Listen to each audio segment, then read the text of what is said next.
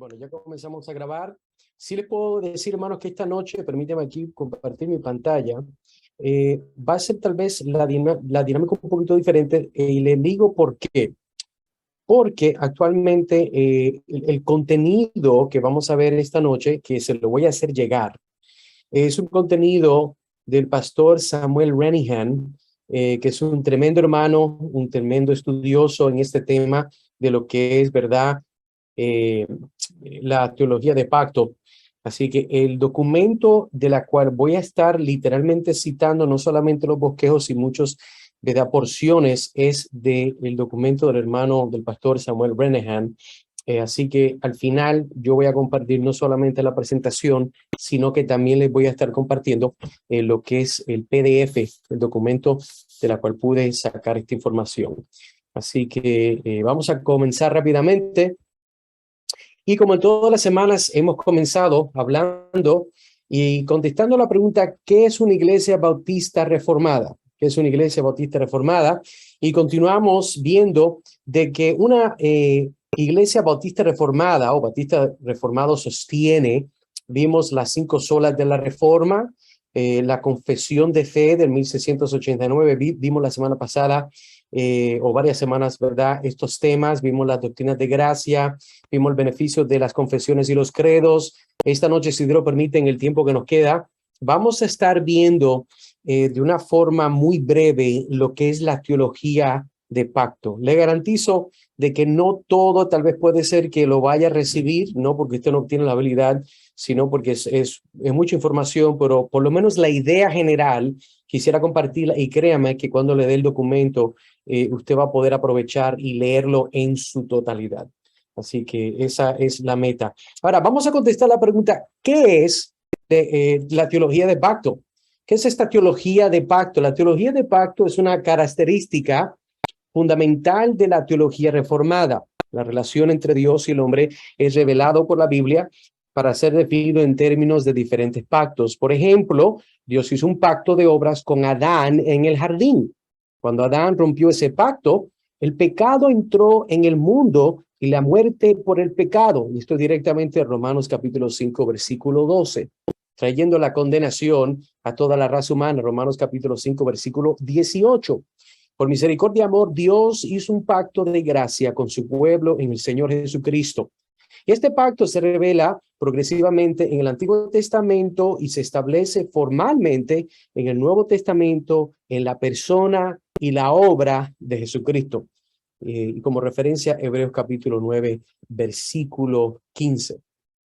Entonces, el bosquejo que vamos a estar cubriendo, como dije, del documento del pastor Dr. Samuel Renihan, vamos a ver estos 5 puntos. Número 1, vamos a ver reinos y pactos, vamos a definir esas palabras. Número 2, el reino de la creación, el reino de Israel, el reino de Cristo, y vemos entonces la iglesia es el reino de Cristo. Entonces, continuamos, vamos a ver número 1, reinos y pactos. Entonces, podemos comenzar con la pregunta más sencilla. ¿Qué es un reino? Un reino es un espacio de autoridad o soberanía. Es decir, que un reino significa que dentro de un espacio alguien está gobernando o reinando. Un reino entonces es un espacio con un rey. Es un espacio de autoridad o soberanía. Esta definición es muy sencilla y un poco abstracta. No nos dice mucho. Entonces, si queremos saber más en cuanto a un reino, tenemos que investigar el rey del reino. Yo creo que esto es un punto muy importante porque cuando vamos a desarrollar esta idea de reinos y pactos, muchas veces también nadie se ha hecho la pregunta, ¿qué es un reino? Entendemos de que si es un reino, la palabra reino es compuesta, ¿verdad?, en su raíz de rey. Y fácilmente entendemos que tiene que haber un rey para establecer un reino. Y entonces, si vemos, como dice el hermano Renihan, quién es el rey, podemos entender mejor qué es un reino. Una imagen que él comparte en el documento que les voy a compartir a ustedes, vemos esto, lo que sería esta gráfica. Entonces se lee de arriba hacia abajo y vemos que el reino de la creación tiene el pacto de obras, el pacto noéico. Esta es la primera parte. En el medio vemos el reino de Israel, el pacto abrámico, el pacto sinaítico, el pacto davídico. Entonces, al final vemos el reino de Cristo, que es el pacto de redención, el pacto de gracia. Y como dije, este documento lo voy a compartir con ustedes. Entonces vimos la palabra reino o reinos y ahora vamos entonces de la palabra pacto. ¿Qué es un pacto? Para definir un pacto tenemos que usar una definición que puede representar a la diversidad de sus usos en las escrituras. Entonces la definición que vamos a usar es que un pacto es un compromiso bajo sanción. Ese es el punto clave. Un pacto es un compromiso bajo sanción. Lo esencial de esta definición se ve en la palabra compromiso. Esto incluye la idea de obligación en un pacto. Los partidos se obligan uno al otro, se comprometen uno al otro. Pero un pacto es más que un compromiso, es una obligación. Yo creo que un buen ejemplo para esto sería cuando hablamos lo que es el pacto matrimonial. Vemos que es un compromiso bajo sanción, es un compromiso de dos personas, dos partidos que se comprometen el uno al otro. Si usted está casado, se acuerda que dice, ¿verdad? Las expresiones en riqueza, en pobreza, ¿verdad? En salud o enfermedad. Esos son los conceptos, ¿verdad? Esas son, como quien dice, las expresiones de las sanciones. Estos son los términos de ese pacto matrimonial. Pero note que no solamente es un compromiso, es una obligación, porque es un contrato, un pacto, es un acuerdo entre dos personas. Continuamos. Un pacto tiene sanciones que garantizan que ambos partidos actuarán conforme al compromiso o conforme al pacto. Y si violan el pacto, habrá consecuencias. Entonces, si me dices, te voy a llamar mañana, tenemos un acuerdo. Que te has obligado a mí, pero nuestro acuerdo no es un pacto porque no hay consecuencias. Si no me llamas a tiempo, no me llamas. No voy a castigarte. Por eso es un pacto, es un compromiso bajo sanción. Un pacto, si no mantienes o respetas las condiciones, hay consecuencias. Por eso un pacto siempre tiene sanciones. Otro ejemplo que me viene a la mente, para nosotros que tenemos hijos, usted le dice, ¿verdad? Por ejemplo, mi hijo Timoteo, hay momentos que tengo que decirle, mira, hijo, ya te repetí varias veces, si no vas y recoges tu cuarto y te bañas, obviamente tengo que disciplinarte. Entonces entendemos que la idea de limpiar su cuarto y bañarse, hacer desayuno, tiene una sanción que si no la cumple va a ser disciplinado. Y esa idea es un pacto, es un compromiso bajo sanción. Ahora, ¿cuál es la función de un pacto? La función de un pacto es íntimamente conectada con la definición. Es importante, un pacto es íntimamente conectada con la definición. Un pacto es un compromiso bajo sanción. Y aquí está la parte interesante de una perspectiva teológica, impuesto por Dios. Establece una relación entre Dios y los hombres. Pero es mucho más que una imposición de la autoridad de Dios sobre sus criaturas. Por medio de sus pactos, Dios otorga poder, autoridad y responsabilidad a los hombres. Entonces, un pacto funciona como una herramienta administrativa por lo cual Dios establece, delega y gobierna reinos. Esto es sumamente importante, hermanos. Note que un pacto funciona, aquí no se está hablando de la forma utilitaria del pacto, como una herramienta administrativa por la cual Dios establece, delega y gobierna reinos. Continuamos. Estamos estudiando muchas cosas acerca de los pactos y los reinos de las Escrituras, pero todo es importante y necesario para nuestro estudio de los pactos bíblicos. Aquí cuando hablamos de reinos y pactos, el pastor Brennan dice, hemos visto que un reino es un espacio de autoridad y la identidad del reino depende de la identidad del rey del reino. Obviamente, él dice de que también hemos aprendido que un pacto es un compromiso bajo sanción. Hay diferentes tipos de pactos, porque algunos son establecidos con leyes, otros con promesas, y Dios siempre pacta con una cabeza federal quien representa a un pueblo. Dios usa sus pactos para establecer reinos con reyes. La forma del reino depende de lo que los pactos requieren. El pacto dice quién es el rey, dónde está el reino, las leyes, las bendiciones, etcétera. Dios establece y gobierna sus reinos por sus pactos. Y la idea de herencia nos demuestra todo eso porque los israelitas heredaron el reino de Israel por medio del pacto con Abraham. Salomón heredó el reino de Israel por medio del pacto de David, y nosotros heredamos el reino de Dios por medio del nuevo pacto, por medio de Cristo. Entonces, vimos reinos y pactos. Esta idea, y claro, recuerde, hay aspectos aquí que aún leí, que usted dice, bueno, hermano, no hemos cubrido esto. Por razones de tiempo, no lo podemos cubrir. Si no, quería darle, como que dice, una sinopsis, ¿verdad? Es un vistazo a 50,000 pies. Entonces, vimos reinos y pactos. Procedemos entonces, número 2, el reino de la creación. El reino de la creación. Si en algún momento tiene una pregunta, hermano o hermana, por favor puede levantar su manita y con mucho gusto pues tomamos su pregunta. Continuamos. Si Dios establece y gobierna sus reinos por medio de sus pactos, nuestro propósito debe ser estudiar y entender sus reinos y sus pactos. Entiende aquí, hermano, que algo que a veces se hace muy difícil en nuestra vida cristiana es que cuando venimos de iglesias donde no hay una disciplina de estudiar la Biblia, no hay un hábito de la palabra de Dios, nosotros en esos tiempos estamos acostumbrados a memorizarnos, ¿verdad? A veces disparates que dicen del punto, ciertas expresiones que son bien memorables, pero en realidad no hemos aprendido a estudiar la Biblia, y por eso el pastor Branham está diciendo esto, de que debemos estudiar y entender sus reinos y sus pactos. Continúo leyendo. Obviamente, esto es nuestra tarea. Entonces, en la lección vamos a estudiar el reino de creación. He cogido este título, el reino de creación, porque en los dos pactos que vamos a estudiar, su ámbito es la creación. Es decir, que el pacto de obras y el pacto noéico tienen en su vista la creación eterna. No es así en el reino de Israel. El reino de Israel colocaba en Canaán, ni es así en el reino de Cristo. Cristo es el no solo de esta creación, sino también la nueva creación. Por eso estamos estudiando el reino de creación por medio de sus pactos, el pacto de obras y el pacto noéico. Entonces vamos a ver el pacto de obras.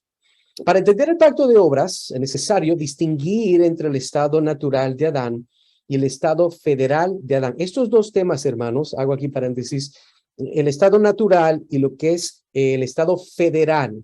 Y vamos a ver lo que es. La idea federal está hablando de cabeza. Continúo leyendo. ¿Por qué es importante esta distinción? Es importante porque un pacto es un compromiso bajo sanción. Un partido que se compromete a otro partido, o los dos partidos se comprometen unos a otros, pero por naturaleza, ¿es el Dios del universo obligado a nosotros? Claro que no. Es el creador. No nos necesita ni nos debe nada. Al contrario, nosotros somos obligados por naturaleza a obedecer y adorar a Dios. Entonces, si el pacto de obras incluye promesas de Dios a Adán, tales cosas son sobrenaturales, es decir, que son adiciones al estado natural del hombre. Por eso distinguimos entre el estado natural y el estado federal de Adán. Sigamos entonces y hablaremos del estado natural de Adán. Así que esta primera parte vemos lo que es el pacto de obras. Note aquí que puse en la pantalla el pacto de obras y puse, ¿verdad?, una línea, una rayita, y vamos a ver ciertos aspectos. El primero es el estado natural de Adán. Así que el pacto de obras, subtema A, el estado natural de Adán. Continúo leyendo. En su estado natural, es decir, según la manera en que Dios creó al hombre, Adán era bueno. Dios decretó en Génesis 1 que la creación era buena 7 veces y el hombre formaba parte de esta creación. Por lo tanto, Adán era bueno, era recto, justo y santo delante de Dios. Esto es importante entender porque aún en nuestra confesión habla de que cuando Dios creó a Adán, Él le dio la habilidad de poder obedecer perfectamente su ley. ¿Por qué? Porque en la última línea aquí note que dice, Él era recto, justo y santo delante de Dios. Entonces continuamos y vemos, estamos todavía viendo el pacto de obras. Ahora ve la rayita y vemos entonces el punto B debajo del pacto de las obras, el estado federal de Adán. Adán, siendo una criatura, tenía obligaciones a Dios, pero Dios no tenía ninguna obligación a Adán. Por eso, por naturaleza, Adán no estaba en un pacto con Dios. Pero si estudiamos lo que Dios hizo más allá que su estado natural, así veremos el pacto de obras claramente. Noten conmigo 7 cosas. Continuamos, ¿verdad? El pacto de obras, subtema el Estado federal de Adán. Noten las 7 cosas que mencionan aquí. Número 1, Dios le puso en el huerto. Eso es claro. Número 2, Dios le nominó una cabeza federal. Número 3, Dios le obligó en una ley, ¿verdad?, de obediencia. Número 4, Dios le prometió vida eterna. Número 5, Dios le amenazó con sanciones. Aquí usted se acuerda en la historia, ¿verdad? Cuando el Señor le dice, mire, de todos los árboles del huerto puedes comer, excepto, ¿cuál? Bueno, el árbol que puso ahí, que decía que era el árbol del conocimiento del bien y del mal. Entonces ahí tenemos, ¿verdad?, este aspecto de un pacto donde hay sanción. Si lo comes, vas a morir. ¿Se acuerda? Ese es el arreglo o lo que el Señor le dice a Adán. Continuamos. Número 6. Dios le pactó un pacto de obras. ¿Por qué? Porque en otras palabras, hay unas condiciones, ¿verdad?, para este pacto. Si haces esto, esto pasa. Entonces, eso es lo que Dios está pactando con Adán. Y número 7, Dios le dio una prueba. Y vemos entonces lo que sucede históricamente, ¿verdad? Que él permite que Eva vaya o comience a hablar con Satanás, la serpiente, y obviamente eso termina en un gran problema. Y entonces tenemos la caída. Continuamos. Vemos entonces el pacto de obras, subraya, punto C, el estado caído. El estado caído. Vimos el estado natural, el subtema A, subtema B. Vimos entonces lo que es el estado federal y ahora vemos el subtema C, el estado caído. Hemos hablado del estado natural del hombre y estado federal. Y esa distinción fue importante porque un estudio de las acciones de Dios para con Adán en comparación con su condición natural produce el pacto de obras. Entonces, lo que quiero demostrar ahora es que la maldición del pacto de obras cambió permanentemente el estado natural del hombre. Aquí vemos un cambio fuerte. Y por lo tanto, cualquier pacto después de la caída tiene que tomar en cuenta esa realidad. Vamos a cubrir 2 puntos breves, la maldición del pacto y la abrogación del pacto. Entonces vemos aquí, ¿verdad?, que mientras continuamos en lo que es este bosquejo que hizo el pastor Renihan, bajo el pacto de obras subtema C, vemos el estado caído y vemos aquí estos 3 aspectos, la maldición del pacto, la abrogación del pacto y la resolución del pacto. Claro, pues digo, por razones de tiempo no vamos a entrar en todo, pero sí va a tener mucho más detalle en el documento que les voy a compartir. Entonces pasamos, todavía estamos, ¿verdad?, reino de la creación y ahora vamos a ver el pacto noéico. Estamos viendo el pacto reino de la creación y ahora vamos entonces con el pacto noéico. Vemos aquí de que el pacto noéico va a tener 6 aspectos. Número 1, tiene una promesa de protección, una promesa de preservación, un mandato de construcción, un mandato de retribución, un símbolo de destrucción y un símbolo de salvación. Es interesante, hermano, cuando nosotros leemos y vemos y podemos entender la forma que Dios ha bregado con su creación en esa idea de pactos. Yo creo que es muy importante entender eso porque de una forma más natural, de una forma más sencilla, podemos leer la palabra de Dios, no imponiendo nuestras ideas, sino leyendo y como quien dice, extrayendo lo que dice la palabra de Dios. Todo lo que dice aquí y el documento que les voy a dar está con detalle, muestra estos 6 aspectos. Las promesas, los mandatos y los símbolos. Las promesas, los mandatos y los símbolos. Continuamos entonces. Vamos a leer entonces el reino de creación, que es un resumen de este aspecto del reino de creación. Hemos ya estudiado muchas cosas. Dios establece y gobierna su reino por medio de sus pactos. El pacto de obras fue un camino a la vida eterna para Adán.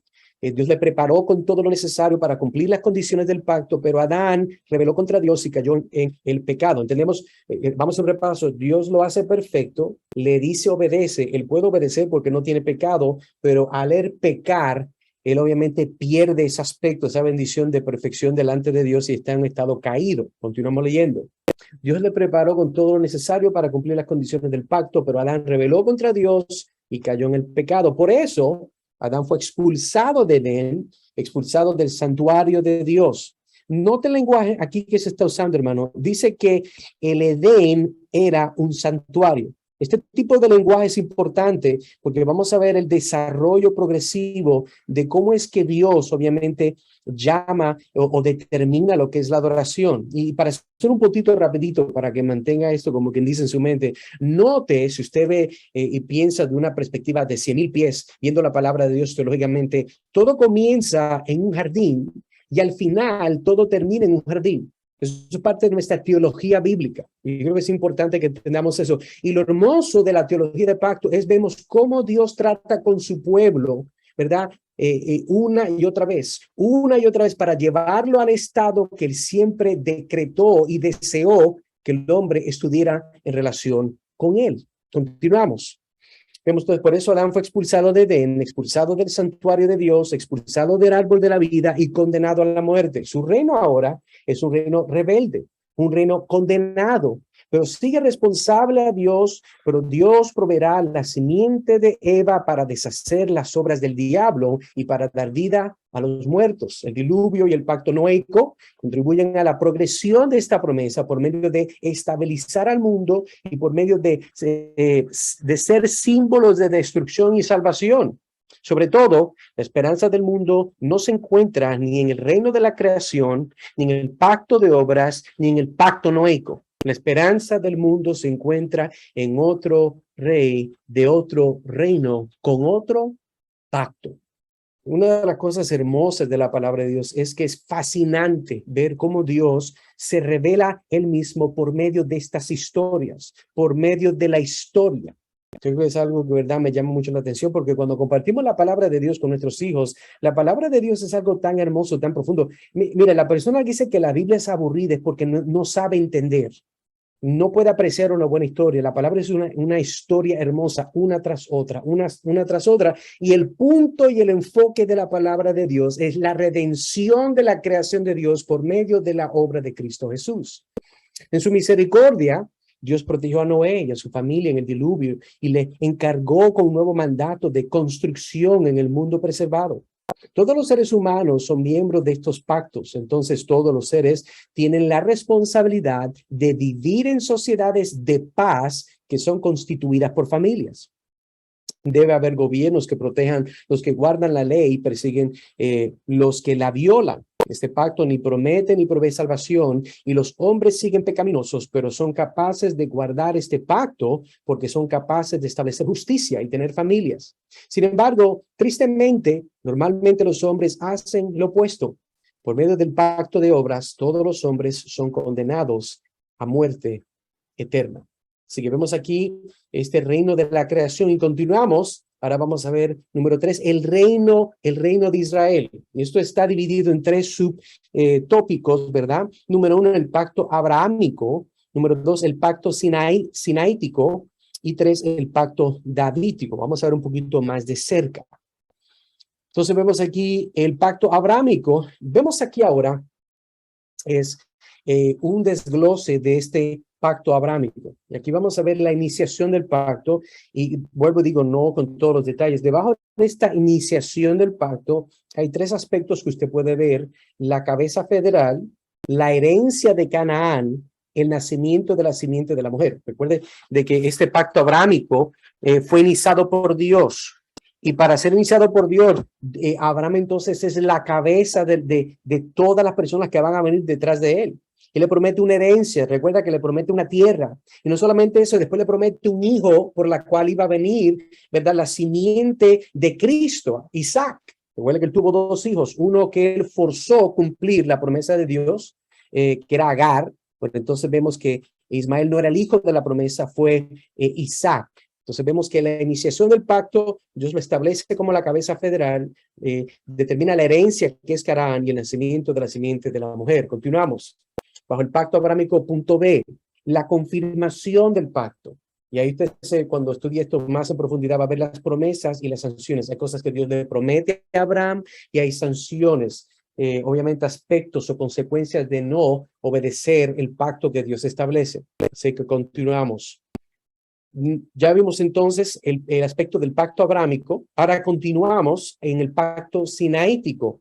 Y este aspecto, ¿verdad?, tiene tres, como quien dice, aspectos. Vemos la fuente del pacto, la forma del pacto, los detalles del pacto y la función del pacto. ¿Cómo iba a funcionar este pacto? Cuando usted mira de cerca el pacto sinaítico, eso es lo que va a encontrar. Continuamos. El pacto sinaítico, vamos a ver entonces de cerca la fuente del pacto. Hay dos aspectos que están por debajo. Número uno, la promesa de opresión y aflicción. La promesa de opresión y aflicción. Y dos, la promesa de liberación y realización. Así que vemos entonces cómo es que Dios está haciendo este pacto sinaítico. Continuamos bajo el pacto sinaítico B. El segundo punto, la forma del pacto. Y ahí vamos a ver el material del pacto, la respuesta del pacto y la sanción del pacto. Y note, quiero que note algo bien específico, que cuando el Señor ha estado tratando con el hombre históricamente, progresivamente, es algo muy específico. Dios es un Dios de detalles. Dios es un Dios de orden. Dios es un Dios de gobierno. Y yo quiero que usted entienda que tal vez en muchos de esos aspectos no hay todavía mucho detalle por razones de tiempo. Ya llevo a las 9:31 y me falta un poco más. Pero quiero que note algo. Dios es sumamente específico en la forma que Él trabaja con su pueblo. ¿Por qué? Porque es un Dios de claridad. Es un Dios de justicia, un Dios de santidad, un Dios de orden. Yo creo que esto es algo que nos debe infundir a nosotros, de dar una confianza en el tipo de Dios que nosotros servimos. Hago ese paréntesis porque creo que es importante. Continuamos. Vemos entonces en el pacto sinaítico la tercera parte, que es la función del pacto. Entonces vemos aquí que hay 6 aspectos de la función del pacto. El pacto gobierna al pueblo, el pacto gobierna el sacerdocio. ¿Cómo es que los sacerdotes van a funcionar? El pacto gobierna la realeza, el pacto gobierna la profecía, el pacto gobierna a la desobediencia y por último el pacto gobierna al disfrute de las bendiciones. Note la forma que Dios es muy específico cuando Él hace este pacto sinaítico y los otros también. Vamos entonces el tercer aspecto, que es el pacto davídico. Y hay 4 aspectos aquí que no vamos a entrar en todo detalle, que es el contexto del pacto davídico, las condiciones del pacto davídico, las bendiciones del pacto y las sanciones del pacto. Pero sí voy a dar entonces el resumen de todo esto que el pastor Renija nos da. Y él dice, Dios establece y gobierna sus reinos por medio de sus pactos. Y el reino de Israel demuestra esta verdad muy claramente. El reino de Israel no es un reino de creación, no pertenece a todos los hombres, sino a los descendientes de Abraham. No pertenece a todo el mundo, sino a la tierra de Canaán. Un pacto es un compromiso bajo sanción, nos da recordatorio. Todos estos pactos incluyen obligaciones entre 2 partidos. Los 2 partidos se comprometen unos a otros y siempre hay sanciones que garantizan la participación de los 2 partidos. Continúa entonces él diciendo, cumplirán sus deberes o serán castigados. Esa es la idea. Hay mucho más que podríamos decir, pero la idea es que por medio de nuestro estudio del reino de Israel y los pactos que lo gobierna, tendrás un entendimiento más rico de la historia, la narrativa y la teología del Antiguo Testamento. Y ojalá que esto les dé un método de ordenar y arreglar en sus mentes los detalles grandes y los detalles pequeños. Si entiendes la relación entre el reino y los pactos, entenderás la historia. Esto es, hermano, aquí, esto es una clave. Escuche bien. Si entiendes la relación entre el reino y los pactos, entenderás la historia de Israel. Es una forma entonces que Dios nos da para poder sistematizar, entender, compartimentalizar la idea de esta historia del pueblo de Israel. Continuamos. Por ejemplo, es más fácil entender los libros de los reyes y las crónicas si entendemos por qué Dios actúa de la manera que actúa. Las acciones de Dios corresponden a los pactos que Dios hizo con Israel. Es más fácil entender los salmos porque los salmos contienen alabanzas a Dios por su salvación en Israel. Pero también contienen muchas lamentaciones en que los israelitas están pidiéndole misericordia a Dios y están preguntando cómo Dios cumplirá sus promesas a nosotros. Y es más fácil entender los profetas. De un lado, los profetas fueron enviados por Dios a Israel para llamar la atención del pueblo por sus pecados, diciendo que si no se arrepintieran y volvieran a Jehová, serían destruidos. Entonces los profetas son como abogados de Dios que usan el pacto sinaítico para acusarles a los israelitas y mostrar su culpabilidad. Pero los profetas también tenían el papel de hablar del futuro y hablaron de un nuevo pacto y un rey davídico quien sufrirá por el pueblo. Hablaron de perdón de pecados, hablaron de alguien que los redimiría de sus transgresiones, y por medio de sus mensajes toda la esperanza de Israel se concentró en el deseo y la necesidad de un rey davídico quien guardaría la ley de Dios y restauraría la relación entre Dios y su pueblo. Pero lo que los israelitas no entendían era que la manera en que Dios proveería salvación no sería conforme a sus esperanzas, sería más allá que su entendimiento. Lo que nunca habían pensado fue que Dios mismo vendría a su pueblo y moriría. Hermano, quiero que pare un momento y piense esto. Escúchame bien. Mire lo que está diciendo aquí, que lo que Israel jamás pensó, jamás imaginó. Usted y yo sabemos esto porque tenemos la Biblia y está completa, pero en la revelación progresiva, Israel no entendía cómo Dios lo iba a hacer, y menos de que Dios tomaría carne para entonces poder venir él mismo y salvar a su pueblo a través de su muerte. Eso es algo glorioso, hermano. Continuamos. Quiero terminar leyendo Jeremías 31, versículos 31 y 34. Imaginen que son los israelitas que tienen miedo del juicio de Dios que está cayendo sobre la nación y no saben cómo Dios rescatará al pueblo. Y dice, he aquí que vienen días, dice Jehová, en los cuales haré nuevo pacto con la casa de Israel y con la casa de Judá. No como el pacto que hice con sus padres el día que tomé su mano para sacarlos de la tierra de Egipto, porque ellos invalidaron mi pacto, aunque fui yo un marido para ellos, dice Jehová. Pero este es el pacto que haré con la casa de Israel. Después de aquellos días, dice Jehová, daré mi ley en su mente y la escribiré en su corazón, y yo seré a ellos por Dios y ellos me serán por pueblo, y no enseñará más ninguno a su prójimo ni ningún a su hermano diciendo, conoce a Jehová, porque todos me conocerán, desde el más pequeño de ellos hasta el más grande, dice Jehová, porque perdonaré la maldad de ellos y no me acordaré más de su pecado. Gloria a Dios. Entiende, hermano, hermana, que cuando nosotros tenemos un entendimiento de estos pactos, de estos reinos, cuando usted lee las escrituras, más claramente usted entiende lo que está pasando. Es como hablar de un contexto que usted no entiende. Usted se imagina, ¿verdad?, de que usted le hable a alguien de cualquier deporte. Vamos al fútbol, por ejemplo. Yo no soy muy bueno al fútbol, pero escucho y no entiendo mucho, pero entiendo un poco. Cuando a mí primero me hablan de fútbol, yo no entiendo nada. Yo no entiendo nada porque yo no entiendo las posiciones, no entiendo quién hace quién, no entiendo de cuántos tiempos, si hay un sobretiempo, no entiendo, ¿verdad?, cuáles son las penalidades, que es una tarjeta amarilla, una roja. Pero cuando comienzan a explicarme cómo es que funciona, me dan los detalles, las reglas del juego, entonces puedo entender y disfrutar del juego. Y cuando nosotros entendemos cómo es que Dios ha tratado con la historia, con el hombre en la historia, y la forma que Dios ha tratado con su pueblo por pactos, hermano, la palabra de Dios se le hace más fácil entender, particularmente el Antiguo Testamento, progresivamente al Nuevo. Entonces terminamos el reino de Israel, continuamos ahora el reino de Cristo. El reino de Cristo, y hay tres aspectos que vamos a ver: el pacto de la redención, el nuevo pacto, y la iglesia es el reino de Cristo. Entonces vamos a continuar. El pacto de la redención tiene cuatro aspectos: las partes del pacto, obviamente, los compromisos del Padre, los compromisos del Hijo, los compromisos del Espíritu. Note, para que se le haga más fácil, cuando hablamos de un pacto, imagínese un contrato. Si usted alguna vez ha hecho un contrato, así sea de verdad, de rentar un lugar o de comprar un vehículo, ¿verdad?, con pagos, ¿verdad?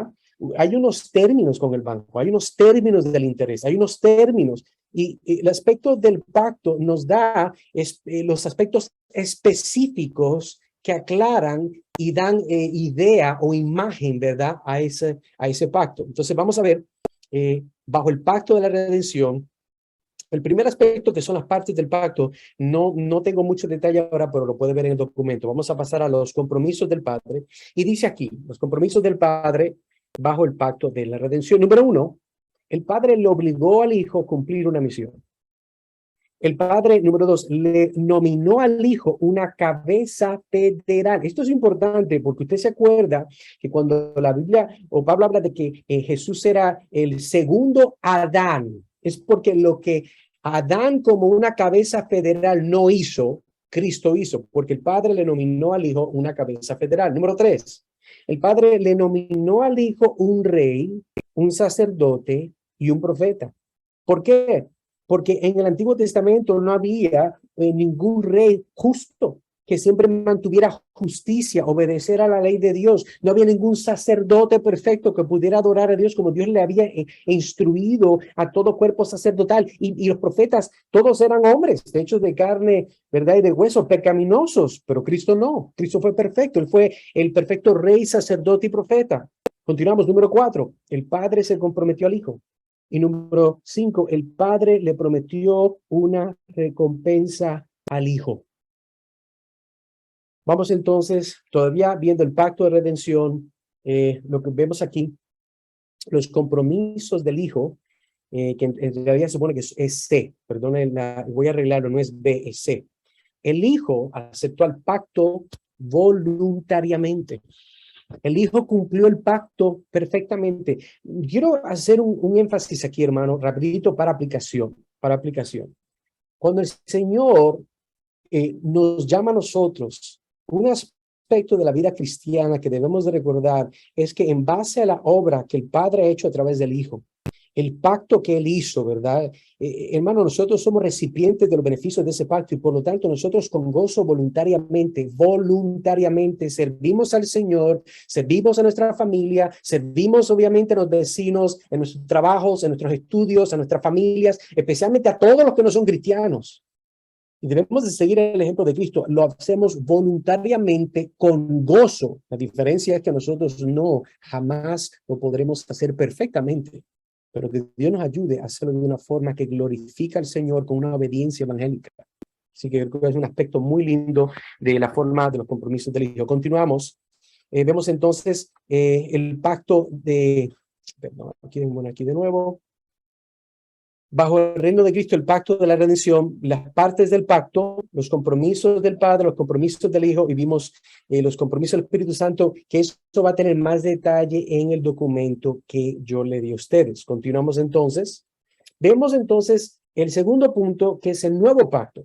Bajo el nuevo pacto, vamos a ver aquí 4 subtemas que tienen que ver con el nuevo pacto. Número 1, la debilidad de los pactos anteriores. Por eso es que se establece un nuevo pacto, porque había una debilidad en todos los pactos anteriores.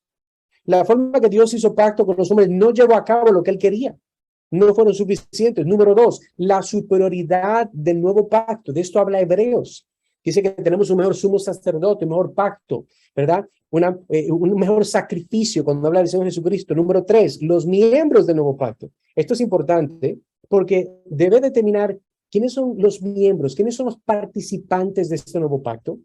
Y el nuevo pacto nos dice claramente, y las escrituras nos declaran eso. Número 4, los sacramentos del nuevo pacto. Nosotros entendemos que en la iglesia hay 2 ordenanzas, sacramentos. Hay personas que no les gusta la palabra sacramento porque pues piensan en la iglesia católica, pero créanme, esa idea no es de ellos, es una idea bíblica.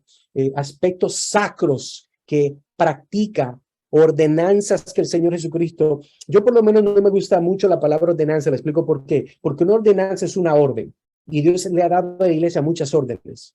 Así que por lo menos es una perspectiva mía. Hay muchas ordenanzas que Dios le da a la iglesia. Por ejemplo, la gran comisión, los unos a los otros. Y a veces usamos el término ordenanza para tratar de resumir lo que es la Santa Cena y el bautismo. Y por lo menos en mi opinión creo que es más claro llamarlos sacramentos porque son aspectos sacros, santos que la iglesia administra, aspectos, ¿verdad?, divinos que Dios ha establecido en la iglesia. Y vemos que es la Santa Cena y el bautismo. Continuamos y vamos a ver ahora, dentro del nuevo pacto, ¿se acuerda que hablamos la debilidad de los pactos y habían 4 puntos? Quiero repasar esto. Bajo la debilidad de los pactos anteriores, miren lo que vemos aquí. Esto es muy importante.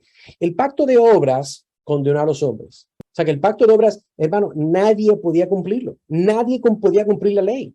Así que vemos que ese punto número 2, el pacto noéico no ofreció salvación. O Simplemente, ¿verdad?, estableció comunidades que pudieran ser justas, pero nadie es justo porque todos nacemos en pecado, de acuerdo, ¿verdad?, lo que dice David en el Salmo 51, que fui tejido en pecado en el vientre de mi madre. Número 3, el pacto, perdón, dice el pastor, el pacto abrahámico prometió una herencia terrenal.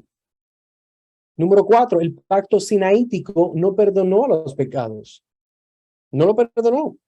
Y continuamos con el 5, el pacto davídico no proveyó un rey obediente. Y vemos de que bajo la debilidad de los pactos anteriores, estos son los puntos por los cuales hay un nuevo pacto. Continuamos. Bajo el nuevo pacto ahora vemos también la superioridad del pacto nuevo. Y hay 4 cosas que podemos enfatizar o hincapié. La relación al pacto de la redención, número 1. Número 2, la cabeza federal, que es Cristo. Número 3, las promesas que tenemos de acuerdo a la obra de Cristo. Número 4, las sanciones. ¿Cuáles son las penalidades o consecuencias de una persona que no está obedeciendo el nuevo pacto? Está incluido en la superioridad del pacto nuevo. Continuamos. El punto C, estamos viendo el nuevo pacto y vemos ahora los miembros del nuevo pacto. Aquí hay unas escrituras que puede buscar que define quiénes son miembros del nuevo pacto. Entendemos que son aquellas personas, los elegidos, que se han arrepentido, puesto su fe en Cristo Jesús, los que perseveran hasta el fin, recibirán la corona de la vida eterna. Hay muchos versos que nos dicen quiénes son esas personas y eso es dentro de los miembros del nuevo pacto.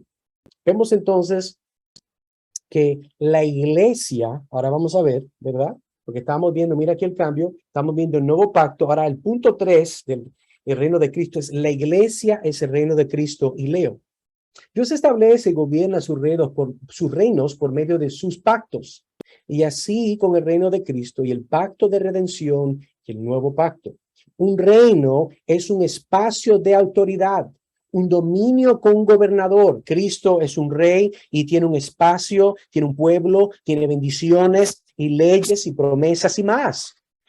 Reconociendo que Jesús es el rey de todas las cosas por naturaleza como el Hijo de Dios y la segunda persona de la Santa Trinidad, Cristo Jesús tiene otro reino separado, la iglesia. Y esta iglesia no le pertenece por naturaleza, sino por pacto. Así que vemos, ¿verdad?, este aspecto del pacto de redención bajo el 4 punto del reino de Cristo, el nuevo pacto que lo repasamos y el tercero que es la iglesia es el reino de Cristo. Entonces ahora vamos a dar como que dice estas notas de conclusión. En conclusión, dice el pastor Renihan, ¿y qué? Dios mediante la importancia de estas doctrinas en el estudio y la aplicación de la teología será olvidada. Ojalá que ustedes hayan recibido y captado un entendimiento de la estructura de la historia de nuestra redención. Si entiendes los 3 reinos y sus pactos, tendrás en la mente una herramienta para poder entrar en cualquier parte de las escrituras. En otro libro, si entiendes el contexto del reino y del pacto y cómo los varios reinos se conectan e interactúan, serás capaz de interpretar y aplicar las escrituras con exactitud y precisión. Pero un entendimiento de los reinos y los pactos de todas las escrituras nos da mucho más que un armazón de interpretación. También nos instruye acerca de nuestra vida en este mundo. Por ejemplo, la iglesia es el reino de Cristo, separado independientemente del gobierno de este mundo, que son partes del reino de la creación. La iglesia existe en el mundo, pero no es del mundo. El reino de Cristo existe en el mundo, pero no es del mundo. Entonces, aunque debemos estar involucrados en nuestras sociedades y gobiernos y culturas, no estamos esperando que llegarán al paraíso.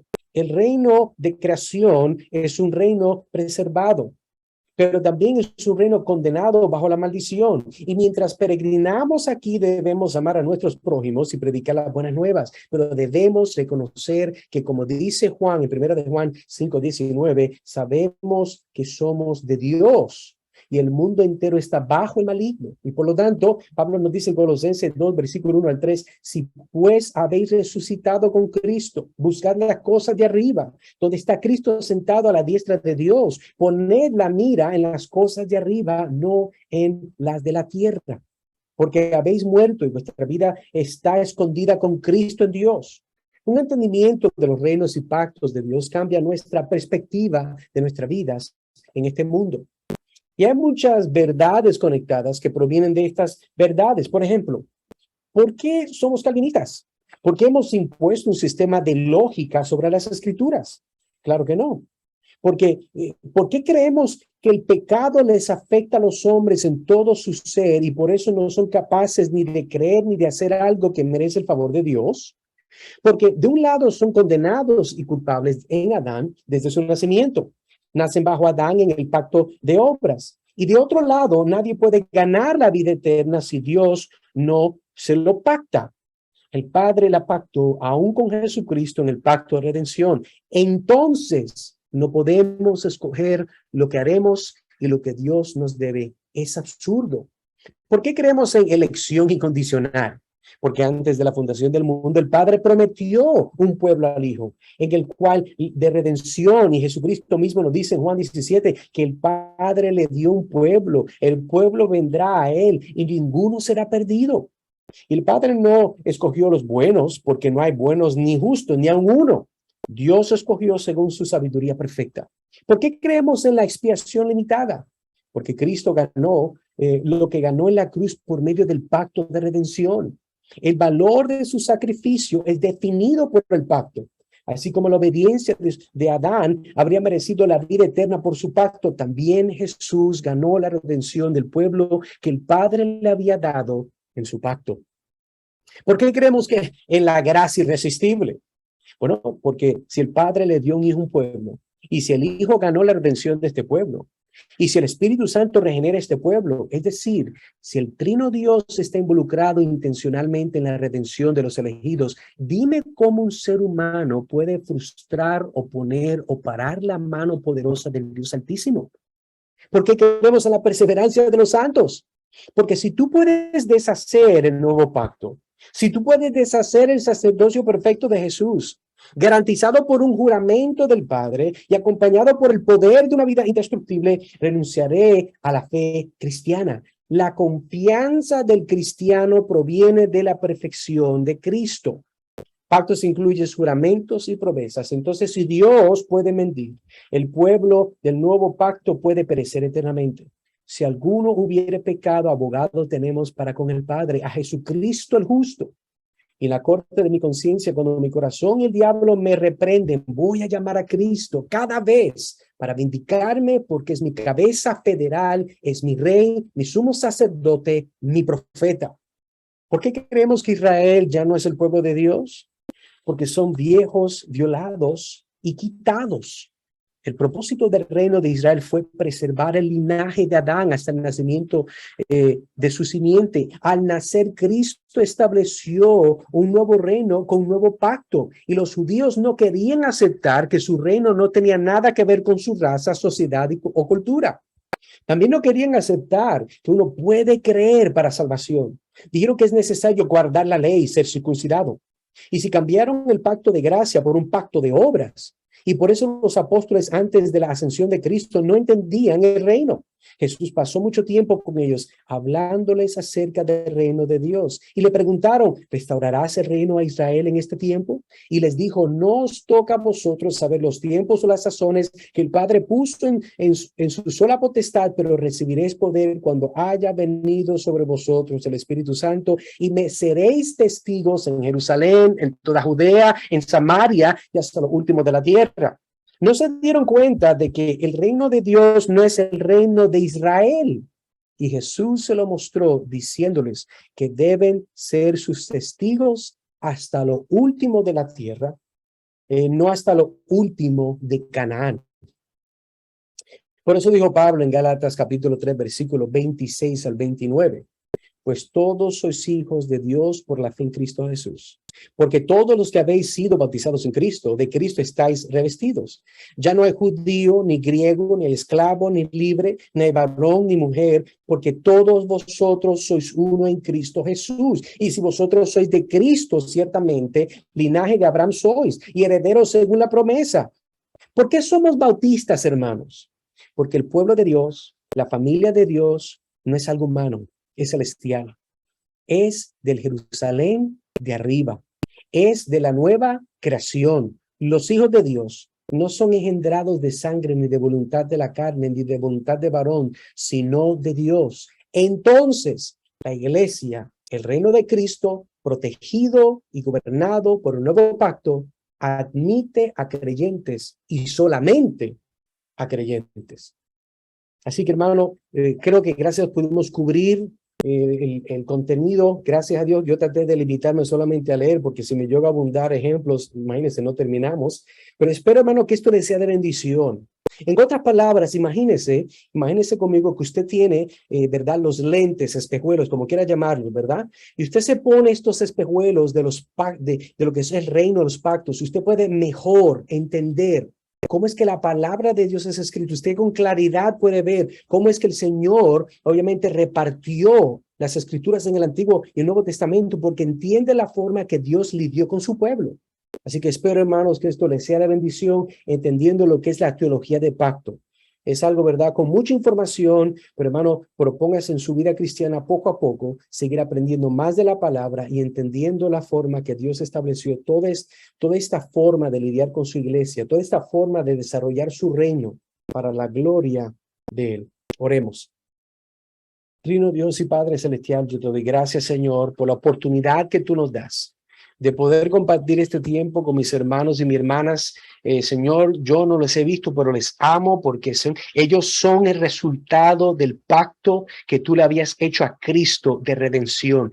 Cristo fue a la cruz por aquellos que tú le diste, Padre, a Él, y Él los redimió porque era parte del contrato que hiciste con el Hijo. Por eso es que Él tiene un nombre sobre todo nombre. Por eso es que nosotros, Señor, te tenemos como sumo sacerdote, rey y profeta. Por eso es que nosotros tenemos abogados, Señor, para el día malo, cuando pecamos y nos sentimos acusados por el diablo en nuestra carne. Gracias, Señor, porque es por esta realidad del pacto, Señor, de la gracia que hiciste por medio de Cristo Jesús, que nosotros, pecadores y merecedores de tu favor y gracia, Señor, somos hoy hijos e hijas tuyos, Señor. Gracias por la bendición, Señor. Gracias por el tiempo con mis hermanos. Señor, continúa bendiciéndoles a ellos en obediencia evangélica a tus mandamientos, a tu palabra, con el evangelio, para continuar propagando y cumpliendo la misión de alcanzar todo el mundo con el evangelio de Cristo Jesús. Pedimos todo en el nombre de nuestro Señor. Amén y amén. Y la semana que viene, hermanos, vamos a ver lo que es el aspecto de la ley de Dios, lo que es la ley de Dios, y vamos a abundar un poquito más en eso. Así que rápidamente le paso la parte a nuestro hermano, que él pueda continuar y seguir, ¿verdad? Esta noche. Bueno, muchas gracias, hermano, por esta excelente resumen de lo que es la teología del pacto. Sé que ha sido una información abundante y como usted lo mencionó, pues era difícil detenerse a explicar cada parte y muchas gracias de igual manera que va a compartir el documento para ahondar más en detalle y que será una bendición, pero qué importante es entender la teología del pacto porque el desconocimiento de ello conlleva muchos, ¿cómo podríamos decir? Oscurece lo que es el evangelio y las demandas y las responsabilidades. No sé si aún tiene tiempo, si alguien quiere hacer una pregunta puntual referente a lo que vimos, puede hacerla en este momento de manera breve. No sé, tiene tiempo aún, ¿verdad, hermano? Claro que sí, adelante. Sí, bueno, si alguien tiene alguna pregunta, puede hacerla en este momento.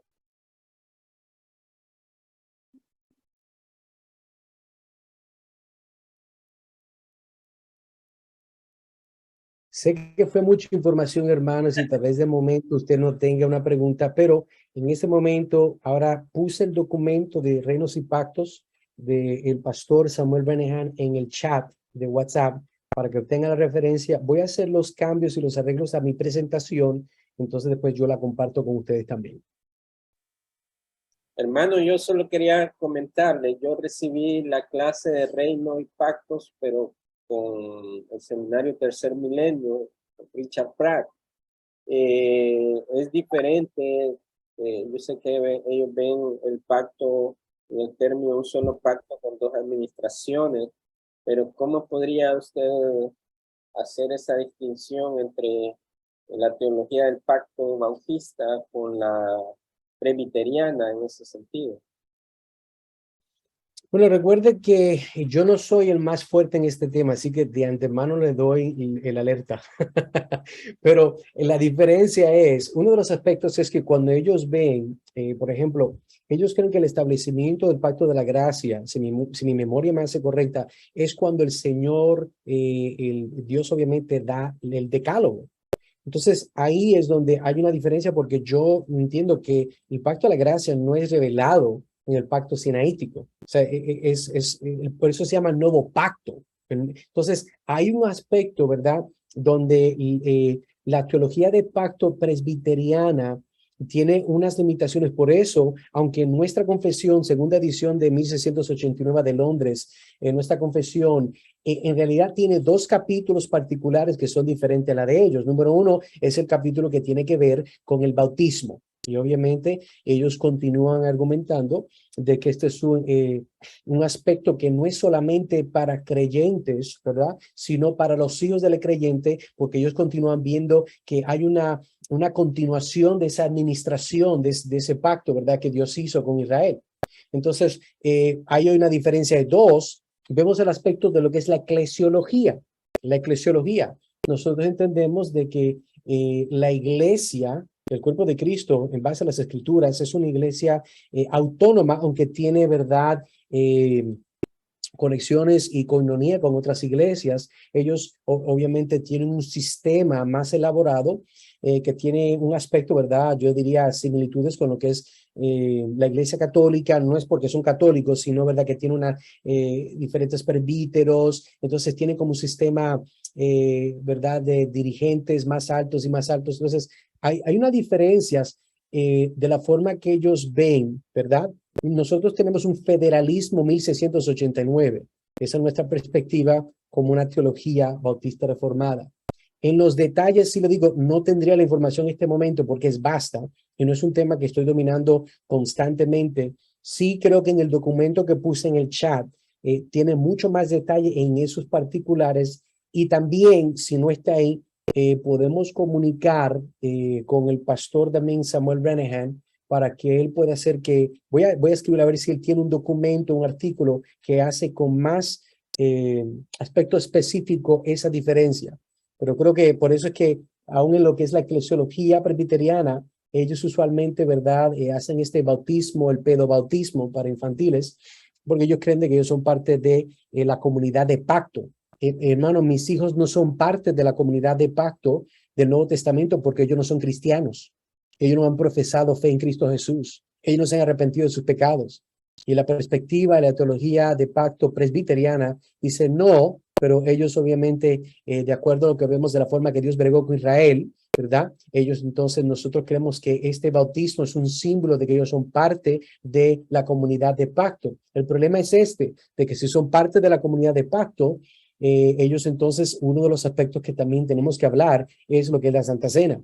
Si ellos son parte de la comunidad del pacto, entonces ellos obviamente pueden tomar parte de los sacramentos de la iglesia. Si fueron bautizados como niños, hay un sacramento. Número dos, el otro sacramento es la Santa Cena. Y yo creo que la única iglesia que conozco públicamente que sí da la Santa Cena a niños que obviamente de voluntad quisieran participar como parte de miembros de una, ¿verdad?, de una comunidad de pacto cristiana, es la iglesia del pastor Doug Wilson, está en Moscow, Idaho, si mi memoria no me falla. Ellos lo practican. Además, yo fui una vez a compartir con ellos allá en una conferencia y obviamente fue una experiencia muy particular porque yo nunca he estado, ¿verdad?, en un auditorio donde las familias, algunos de sus hijos también toman parte de la Santa Cena. Yo tengo mis convicciones y no creo que eso es correcto, no creo que es bíblico. Y claro, hay una diferencia de conciencia. Pero sí creo que es un tema, ¿verdad?, donde podemos ver que hay aspectos que ellos continúan que nosotros no. Hermano, hay una administración diferente y lo vimos. Diferentes aspectos de cómo Dios lidió con su iglesia. Hay una diferencia en la forma que Cristo lidia con su iglesia hoy. Así que es un tema, como puede ver, que históricamente aún continúa. Pero lo interesante, y sí quiero hacer hincapié en esto, es la actitud, escuche bien, la actitud que nosotros como cristianos tenemos en nuestras diferencias. Yo creo que yo creo que está mal y creo que es pecado ese aspecto de bautizar a sus niños, porque ellos no han ejercido un arrepentimiento bíblico. ¿Cómo una persona puede ser parte del cuerpo de Cristo y esa persona no ha sido convencida de juicio, de pecado y de justicia? Tenemos un problema. Y no solamente eso, pero el punto que quiero traer es este. Mire, grandes hermanos de la fe.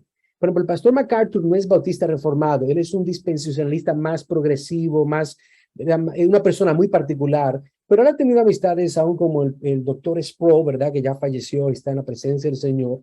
Y yo creo que el punto aquí es, amemos a Cristo, tengamos convicciones, pero nunca permitamos que nuestras convicciones sean una puerta para división.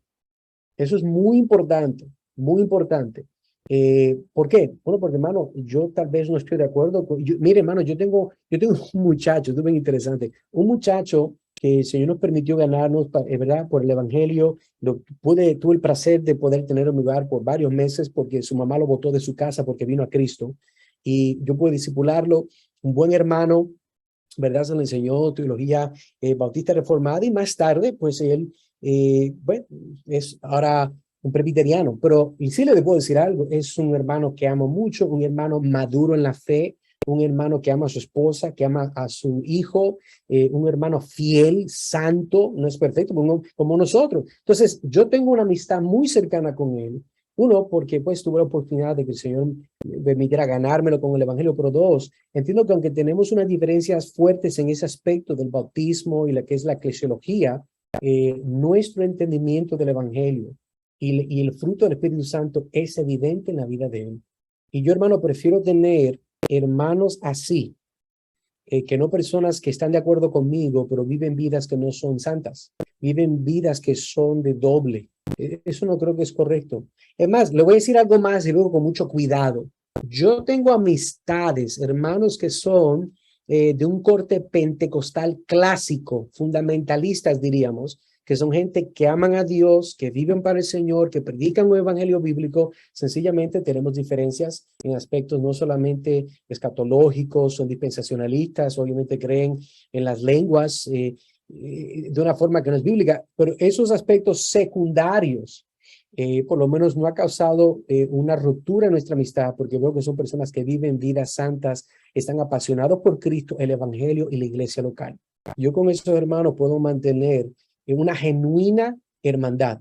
¿Por qué? Porque viven de acuerdo a la palabra de Dios, obedeciendo al Señor, tienen fruto del Espíritu y no son personas que se rigen a sí mismos, sino que el Señor a través de su palabra, bajo el poder del Espíritu Santo, son gente que aman a Dios. ¿Tenemos diferencias teológicas? Claro que sí. ¿Predican un diferente evangelio? No. Si fueran un diferente evangelio, son herejes, no son gente cristiana. Así que gracias a Dios son personas que, y no son todos, son un grupo muy mínimo, ¿verdad? Pero doy gracias porque aunque hay diferencias, podemos tener, como quien dice, una coinonía especial, una hermandad. Así que espero que eso no es la respuesta más clara, pero espero que eso tal vez le pueda ayudar un poco, hermano. Sí, muchas gracias, hermano. Muy agradecido por su tiempo, por su aporte. Y bueno, no sé si los demás hermanos tienen al final alguna pregunta o la hacen llegar ahí luego al chat con tiempo.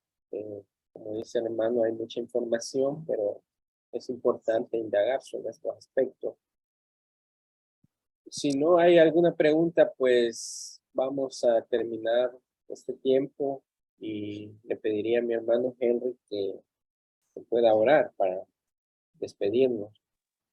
Amén, amén. Permítanme, que tenía dos celulares por aquí. ¿No se escucha como feedback o como eco? No, ¿verdad, hermano? No, está bien, hermano. Ok, bueno, Padre nuestro que estás en el reino de los cielos, en el nombre poderoso de nuestro Señor Jesucristo, en esta noche te damos gracias una vez más por la oportunidad que nos permites de poder reunirnos para poder entender que las tres personas de la deidad participaron en la creación del hombre y también participaron en su redención. Te damos gracias por entender cada aspecto profundo, pero a la misma vez sencillo, Aquel maestro de maestros lo explicó por medio de parábolas para una generación perversa que estaba contaminada por su pecado. Así también nosotros, Señor, en nuestra debilidad humana, te pedimos que trabajes, que cinceles en nuestros corazones esta palabra, que tu gracia nos alcance día con día para poder ser glorificados finalmente en la venida de nuestro Señor Jesucristo. Anhelamos que en esta noche esta palabra pueda ser atesorada en nuestros corazones y que cambies nuestras vidas día con día, Señor, para poder caminar en santificación y por medio de tu Santo Espíritu poder honrar tu santidad y agradar a tu nombre. En el nombre de Cristo Jesús oramos por cada familia aquí representada. Bendice al hermano Edgar a la distancia, así también a cada uno de los hermanos que está presente, a los que no se pudieron reunir, a los quebrantados de salud, Señor, en nuestra iglesia. Te pedimos que cuides de cada uno de nosotros, Señor. Glorificamos tu nombre y en el nombre de Cristo Jesús te damos gracias. Amén.